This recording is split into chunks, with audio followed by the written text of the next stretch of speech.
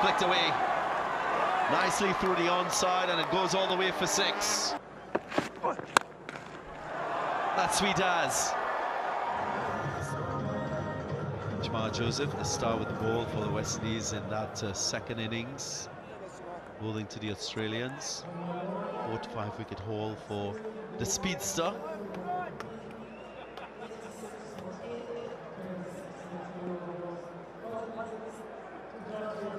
Two slips and a gully. There is a short leg. Will be under a lot of pressure here, Shamar Joseph. It's off the mark.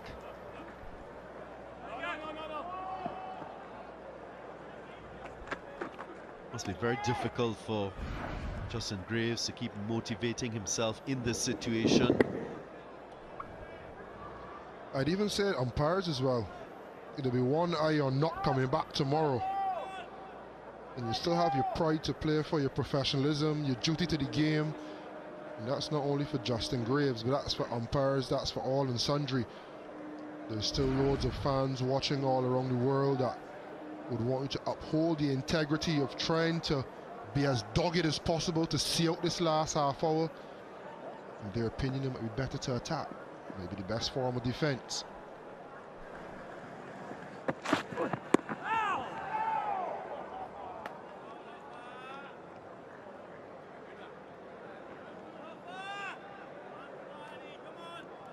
I guess what we have seen so far in this test match has to be taken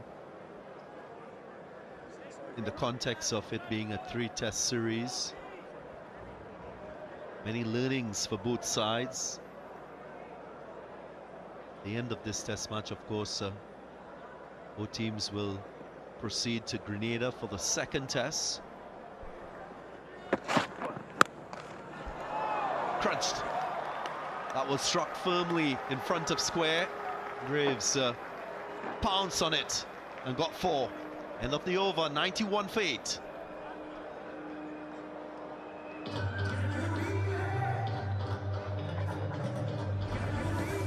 This is a commanding shot from Justin Graves. Fetched from outside off stump. Hit from the wicket. To love about Justin Graves and his stroke play today. She loves it.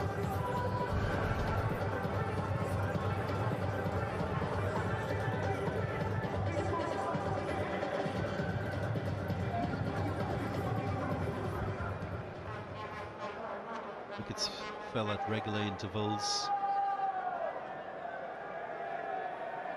23 to John Campbell. Casey Carty got a start. Got to 20, and then single-digit scores before Justin Graves intervened. He's still there.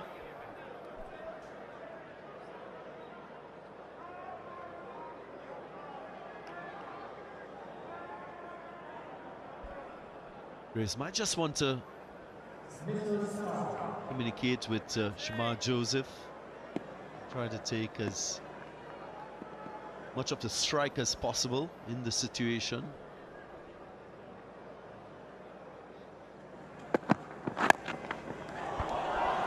Flicked away nicely through the onside, and it goes all the way for 6. What a response by Joseph.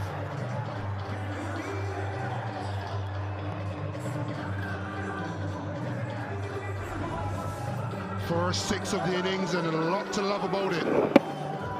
There's always time for entertainment. A little mini helicopter from Shamar Joseph. Nicely timed. Straight away a change in the field. Now a deep backward square in play.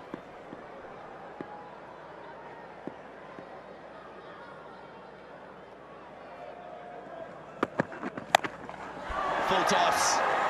Dispatched with disdain. So consecutive boundaries for Joseph.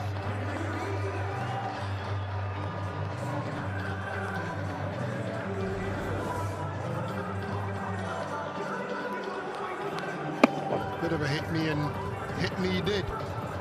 Shamar Joseph taking advantage of a rare and loose delivery from Mitchell Stark. It's been a good turnout, and There'll be loads of disappointment.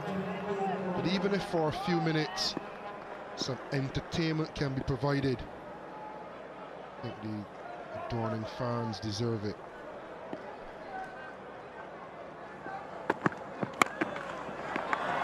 Again through that mid-wicket region and firm enough to beat the fielder in that region. So Joseph showing his pedigree with the bat.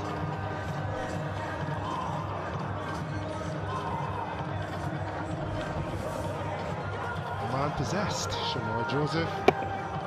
Full toss again, missing the Yorker. Not the most elegant, but efficient enough. So some resilience here from Shamar Joseph. Scored 8 in the first innings. Stark approach was to bowl full and straight. And he's gone short.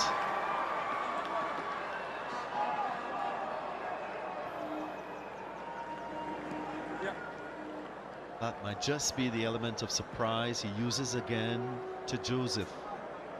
Go short and then surprise him with that full fast pitch delivery.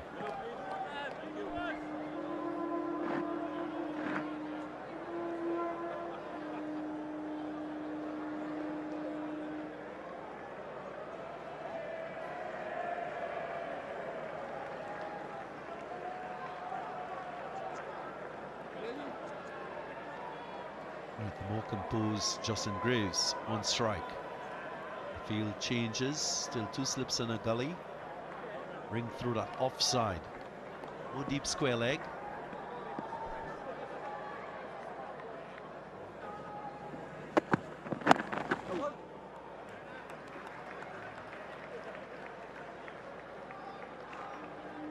And obviously we kind of have an idea of what's going to happen, which way this game is going to go, but one thing I love to see with the Australian team is the ability to seize key moments in a game, in a session. Next over we could dig into a few of those key moments, but in a fairly evenly balanced first innings, they were the ones that definitely seized the moment in the second innings.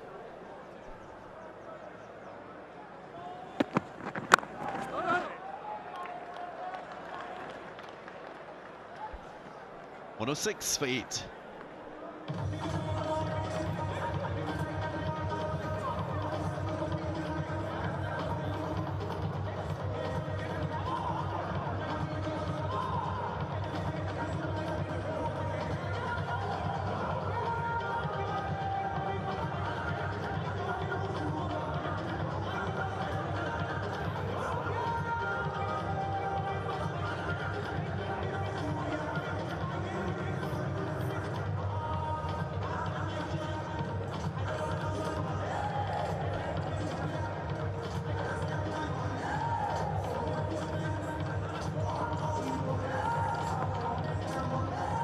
Not surprising how this test match has unfolded.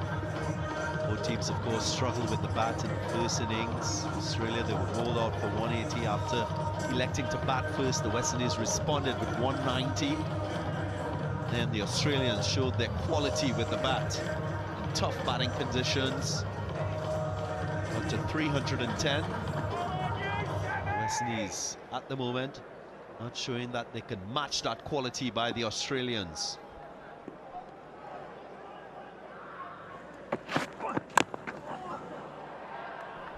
Yeah, and talking about seizing moments, some of the moments that I see in the first moment of sorts is a collection of moments. The third umpire, decisions of Ross and Chase and Shea Hope, two of the only batters to get in on the pitch. A big partnership, both into the 40s, controversial dismissals for both of them. That's the difference between a 10-run lead and potentially a 50 or 60-run lead, which gives a completely different complexion going into the second innings. That was the first one for me. Secondly, the catching. And you never want to single out one person or one event. When you think back to this morning, and we know Travis Head is going to be the player that if he gets away, not only he'll score quickly, he can push the game out of your hands. That key drop, Justin Graves this morning. And then on the Australian side, Josh Hazelwood came back, and once he realised from that end it was all happening, it was a quick procession of wickets.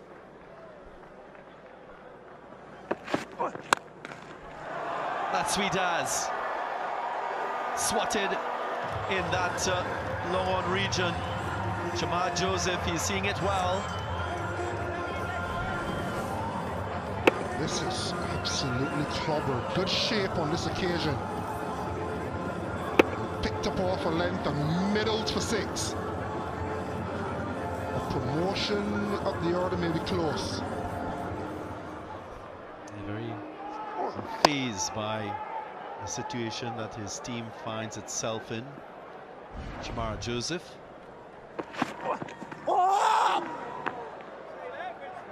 And he'll continue playing in that ultra-attacking manner. Love a little argy-bargy, a little verbal. Hazelwood giving it to him. He's got Pfeiffer. Shamar said, well, I've got 9 in the game, mate. What are you on about? I'm number 10. I'm having some fun. Really enjoying this battle. Loud shout of anguish. A little bit of a note from Hazelwood. A little bit of a gesture from Shamar Joseph. It's theatre.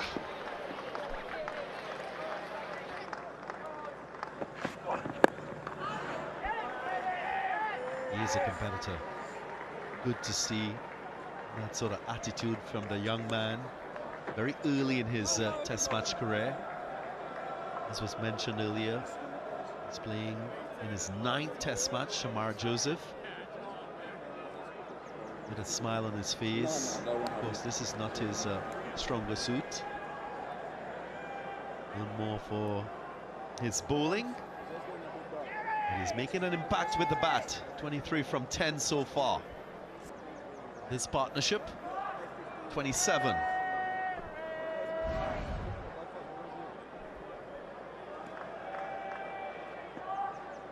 Oh, kick of the turf, maybe the heel.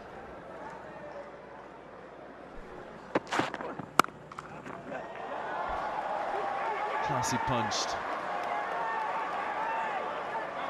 We'll get 3.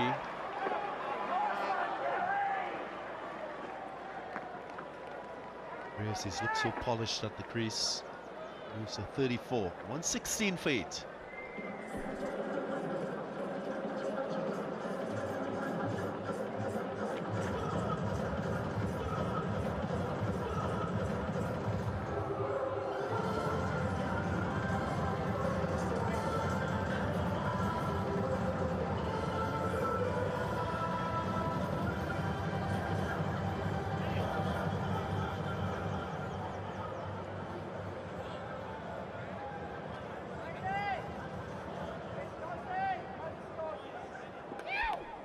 Extended final session on day 3.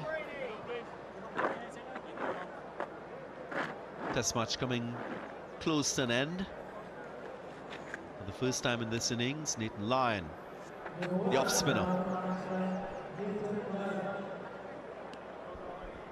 Just 1 wicket so far in this test. Haven't seen spin play a leading role in terms of wicket taking.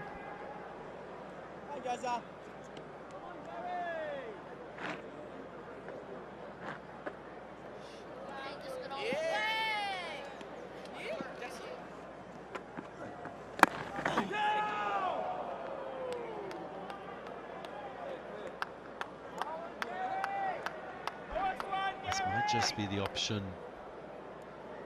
to lure Shamar Joseph into a false stroke. Off strike at this point in time. I'm sure Lyon will try to entice him.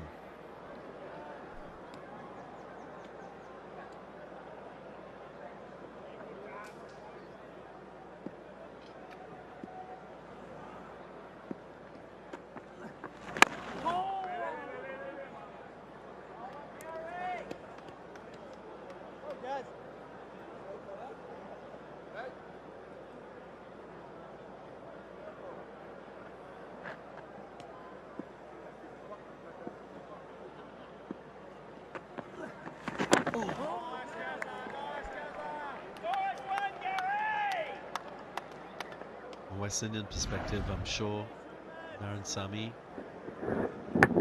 will already be thinking about West Indian batting for that second test match. How can he reshape it, get it to perform?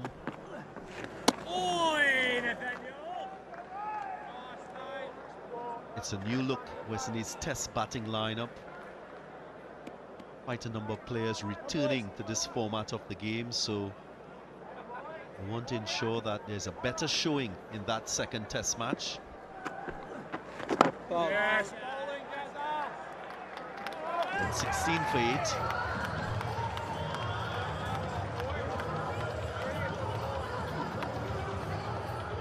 Artificial lights coming on, 4 overs remaining in the day's play. Can the Australians prize the remaining 2 wickets and finish this test match? Go into the second with a 1-0 lead.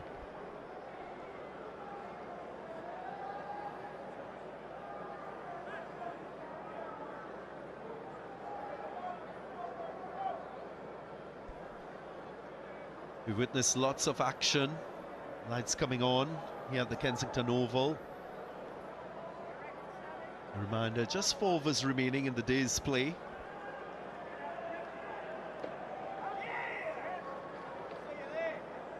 And we have a little pause. The umpires just moving to change the ball losing shape.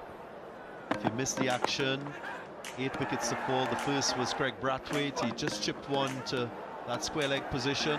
John Campbell tried a ramp, didn't come off, and the inside edge of the bat of Brandon King accounted for his dismissal. In similar fashion, Roston Chase, the skipper, inside edge off the pad. Sam Constas. Casey Carty got a beauty from Hazelwood. And Shea Hope as well. Couldn't play this one from the skipper, Pat Cummings. There's just enough time for Marnus Labuschagne to make his mark. A direct hit run up from mid-off, accounted for Shamar Joseph. And then Jamel Warrican helping Hazelwood to complete a 13th 5-wicket haul. And this is where we stand. Australia below par, 180. West Indies just nudging ahead. But a monumental 310, at least on this pitch. And a concerted bowling effort puts Australia 2 wickets away from a 1-0 victory.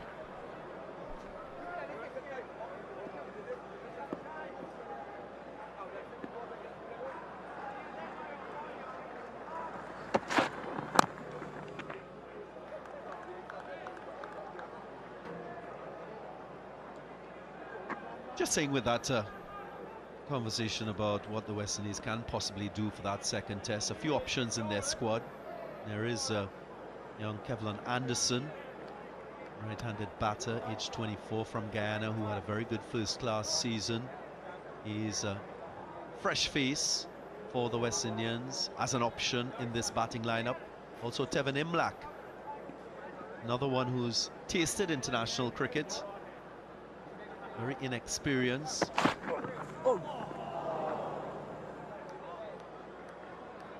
He provides an option. That's Phillip.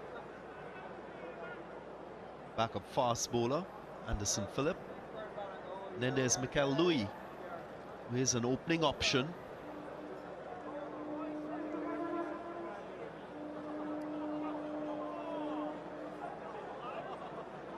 And there's the option.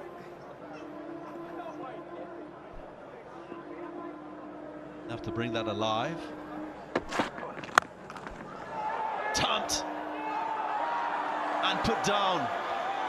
Constas in that deep mid-wicket region now makes it 4 drops for the Australians. trying best not to say it, but Shamar Joseph has another one on Sam Constas. Got him out in both innings, 2 or 3 drop chances off his bowling. You know, he's dropped Shamar Joseph. This was your opportunity, Sam, to get one over Shamar Joseph, and he floored it. Maybe he's still a bit shell-shocked.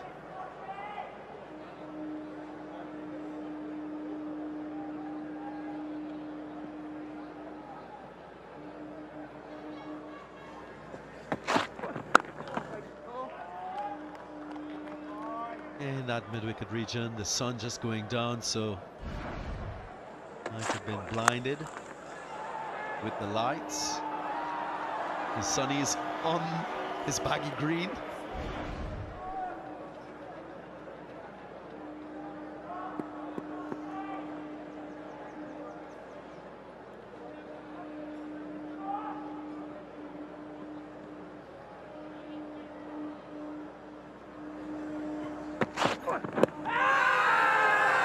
That looks close, yeah.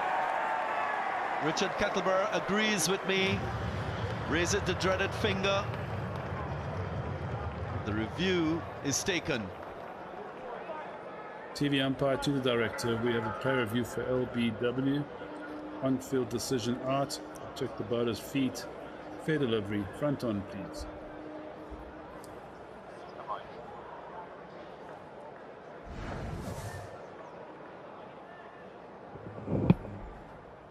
Doesn't appear to be any bat, but Ultra-H confirms bat or no bat. Keep rowing through, keep going through. Keep rowing. Yeah, clear gap between bat and ball on the flat line, no bat involved. Ball tracking when ready, please.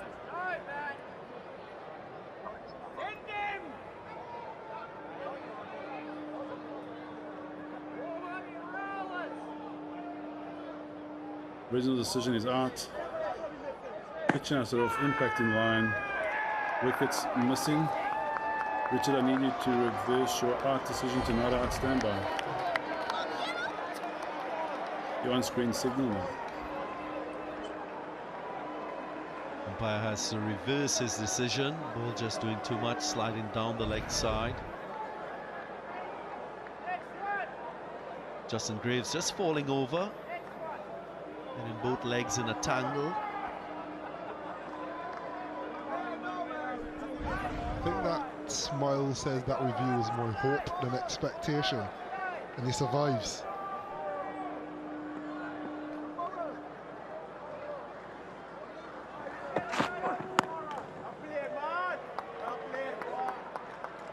.117 for 8.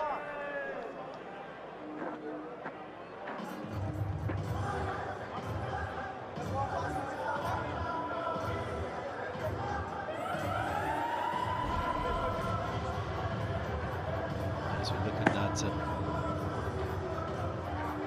review by Justin Graves, it was a good one. Allows him to continue this innings. The top scorer so far, 34 from 47.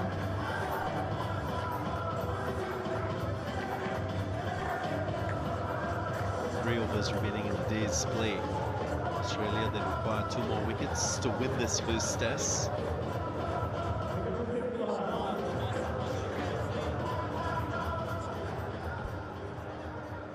Expect more entertainment when Shamar Joseph is at the crease. He's on 24 from 13. And this is the biggest challenge. Lower order batter, spinner with guile. They always feel they can burst it 10 rows back. And more often than not, the guy on the boundary runs in. And Shamar Joseph is striking it nicely. Game on. I'm so excited for this battle, actually.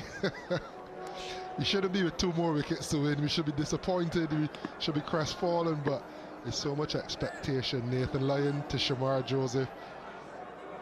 You know Nathan Lyon will give him a little bit of chirp as well, create a little bit of cinema.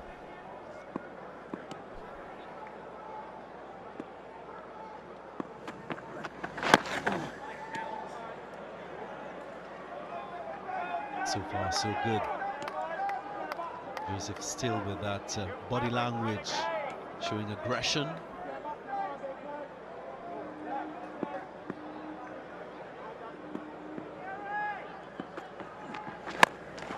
Gone big, into the gap, and gets 4.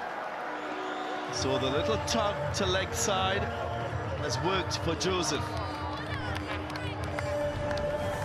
The expected fireworks. This is the first crack. Down the track, through the leg side. Not afraid to use his feet. He's trying to get close to the ball. Again, the ball will be turning away from the left-handed Joseph. He goes leg side. It doesn't matter if there's risk. He's hitting it as clean as. Third 6 for Joseph in his innings.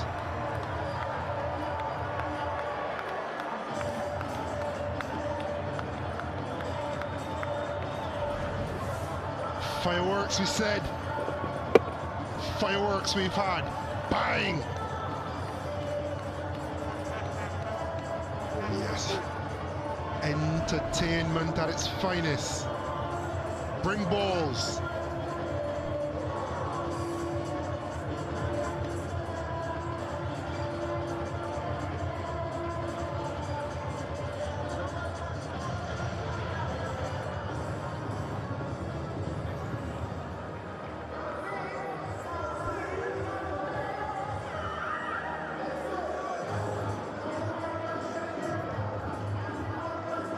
Shamar Joseph's highest test score. He's approaching that landmark.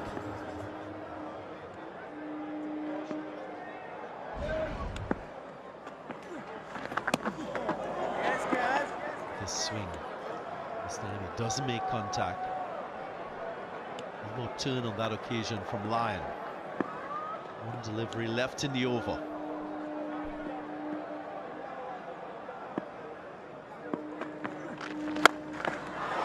Straighter and long enough to get him another 6, so that's another brilliant strike by Joseph. Now goes past his highest score in Test match cricket. 133 for 8.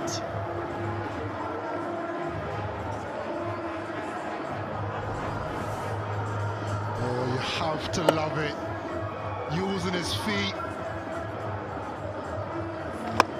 Arms to the ball, and the crowd arms aloft, and just watch it go.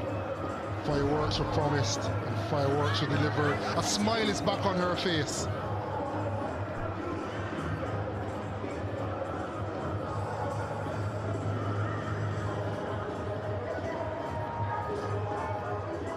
This partnership approaching 50, 47 at the moment.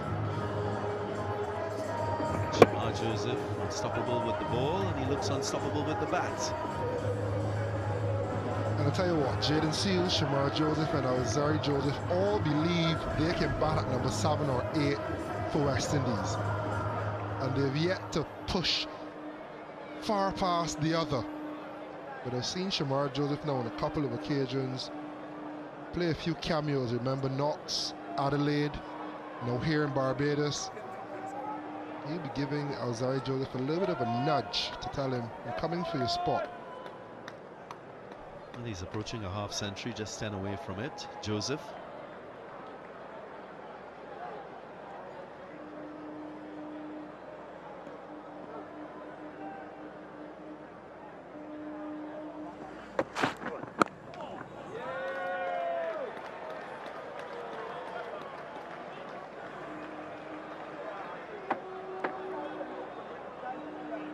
Dialogue here between Graves and Joseph.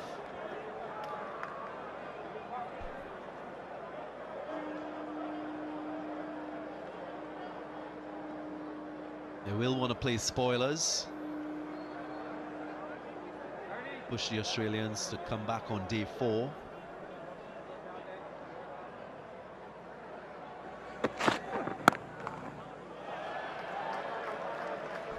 We have no business entertaining this conversation, Darren. But just in case anyone was wondering, the fastest Test 50 by a West Indian is 21 balls. So dare I say, if Justin Graves last this over and Shamar Joseph faced the next over from Nathan Lyon, it's not impossible. Saying it's under threat.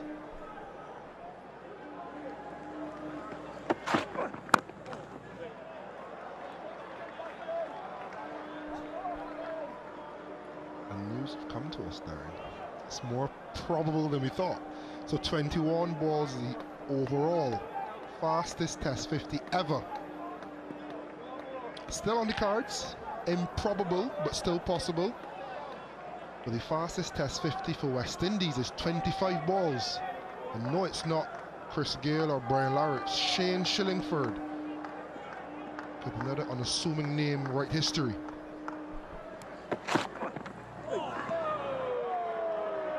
Good sharp delivery from Hazelwood. This is high quality fast bowling on show. Very best you can expect in Test match cricket from the Australians. First it was Mitchell Starc and Josh Hazelwood, followed by Pat Cummins. We've seen 2 overs of spin. Webster just bowled 4 overs.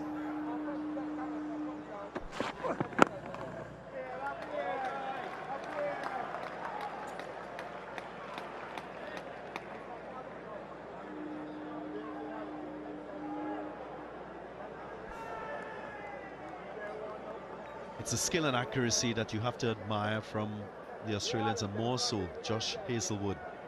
5 for 39 into his 12th over. Really broke the back of this West Indian batting lineup.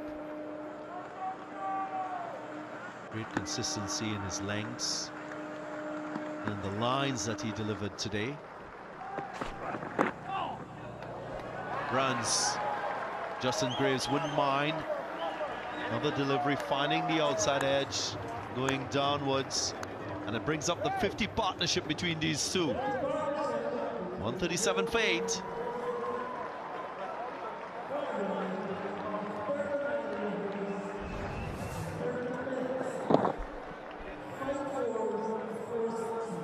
Yeah, angled back from Justin Graves. Disappointment for Josh Hazelwood. He's toiled with success. The Aussies would not want to come back tomorrow.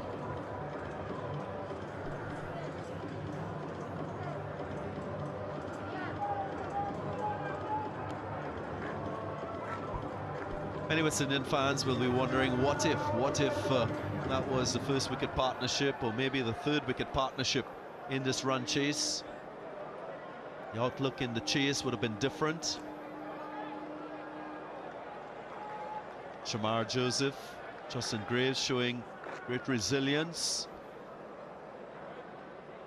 Going on the offensive in this dire situation. As we approach the final over of the day's play, here's Nathan Lyon. Goes through the cover region, that's 4 more. Might be right, Carlos Brathwaite. He's approaching that fastest half-century by a West Indian in Test match cricket. That's overall as well. I love this as well, a little fake shimmy, and then carving it through the offside, showing that he doesn't only have leg side shots.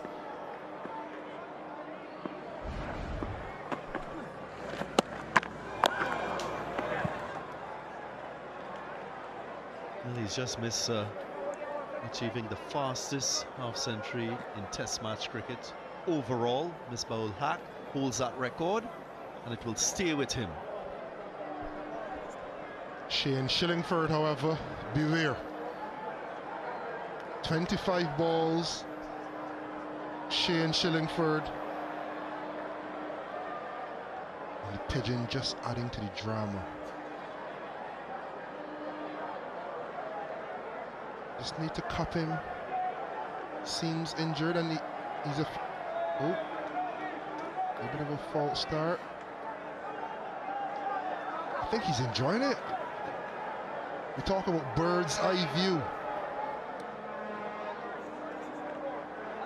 We can't tell if he's injured or if he just doesn't want to leave. It's not the best fielding position, however. He's at short leg, no helmet on.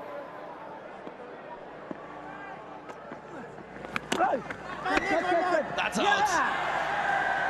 The sound of the bat was evident. It ricocheted onto the wicketkeeper. And good reaction from Usman Khawaja. No glory for Shamar Joseph with a half-century in Test match cricket. He'll have to go. Good entertainment on show from Shamar Joseph. Perishing. A little bit of extra bounce. Confirmation. There was the outside edge. And a Test match he can be proud of. Not only innings, but 2 good bowling spells. He leaves the Test arena in Barbados on this occasion